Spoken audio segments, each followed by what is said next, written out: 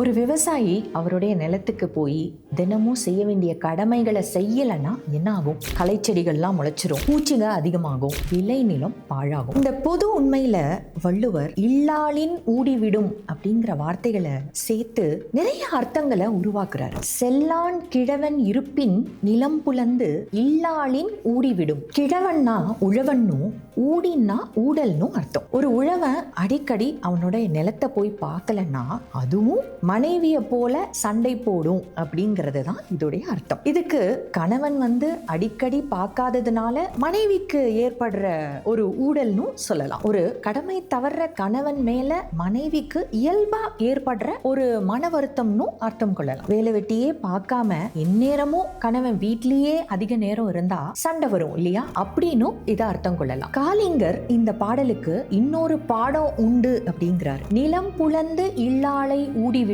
அதாவது பயிர்கோலம் கொண்டிருக்கிற நிலம் விவசாயி பார்க்கலனா புல்லும் புதருமா முளைச்சு காடா மாறிடும். கணவன் மேல கோபிச்சுக்கிட்டா மனைவி எப்படி ஒரு கலையிழந்த முகத்தோட இருப்பாங்க இல்லையா? அந்த மாதிரி ஆகிடும் அப்படிங்கிறார். நாமக்கல் கவிஞர் கடமை தவறின உழவனுக்கு நிலமும் சோறு போடாது, மனைவியும் சோறு போட மாட்டாள் அப்படிங்கிறார். பரிமேலழகர் போகம் அப்படின்ற சொல்லை கொண்டு தர்ற விளக்கம் இன்னும் கூடுதல் பொருள் தருது. போகம் அப்படின்ற சொல்லுக்கு விளைச்சல், இன்பம் அப்படின்னு ரெண்டு அர்த்தங்கள் இருக்கு. வயலிலும் போகம் இருக்காது, இல்லறத்திலும் போகம் இருக்காது. இல்லறமோ விவசாயமோ தொழிலோ உத்தியோகமோ என்னவா வேணும்னாலும் இருக்கட்டும், ஆணோ பெண்ணோ யாரா வேணும்னாலும் இருக்கட்டும், கடமை தவறினா காதலும் தவறிவிடும்.